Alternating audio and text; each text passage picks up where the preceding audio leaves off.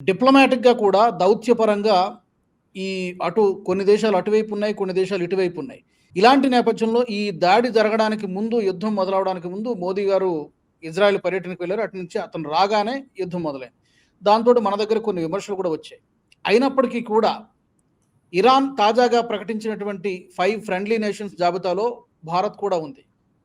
అంటే అందరితోనూ సమదూరాన్ని పాటిస్తూ బ్యాలెన్స్డ్ అప్రోచ్‌ని మనం మెయింటైన్ చేయడంలో, అలాగే మనకు కావాల్సినవి మనం రాబట్టుకోవడంలో, ఎందుకంటే చెప్పింది ఇరాన్ కూడా ప్రకటించింది. మా ఫ్రెండ్లీ నేషన్స్‌కి మేము ఎలాంటి ఇబ్బంది కలిగించము. ఆ షిప్పులు మేము అడ్డుకోమని చెప్పి ఓపెన్‌గానే ప్రకటించడం జరిగింది. సో, దౌత్యపరంగా మనం విజయం సాధించినట్టుగానే మనం భావించాలా ఉన్నంతలో? మిగతా దేశాలతో కంపేర్ చేసుకున్నప్పుడు. దౌత్య నీతిలో ఒక సామెత ఉన్నది. శాశ్వత మిత్రులు ఎవరు ఉండవు, శాశ్వత ప్రయోజనాలు ఉంటాయి. భారతదేశం దాన్నే పాటిస్తుంది. 1991 దాకా దాదాపు గుడ్డిగా అమెరికా వ్యతిరేకత, రష్యా అనుకూలత. పైకి ఏం చెప్పినా కూడా, అలీని విధానం చెప్పినా కూడా దాదాపు అన్ని సందర్భాల్లో కూడా అమెరికా వ్యతిరేకత, రష్యా అనుకూలత. చాలా సందర్భాల్లో కొన్ని విషయాల్లో మనకు కలిసి వచ్చినా కూడా రష్యా వల్ల చాలా సందర్భాల్లో ఆర్థికంగా ఇతరత్ర చాలా నష్టపోయాం మనం. అందుకే లైసెన్స్ పర్మిట్ రాజ్యం వచ్చింది. అందుకే ఈ దేశంలో స్వేచ్ఛా వాణిజ్యాన్ని రానియలేదు. ప్రపంచంలో ఎగుమతులను ప్రోత్సహించలేదు.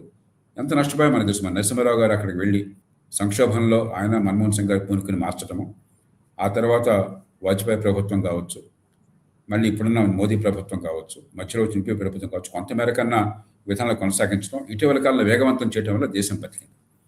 అంచేత మనకి అందరూ ఒకటే.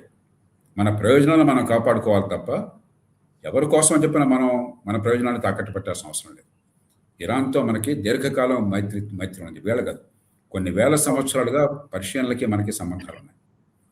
ఇజ్రాయెల్తో అనవసరంగా మనకు సంబంధం లేని విషయంలో మనం జోక్యం చేసుకుని కయ్యం పెట్టుకుని కనీసం ఇజ్రాయెల్ రాయబార కార్యాలయం కూడా లేకుండా చేశాం.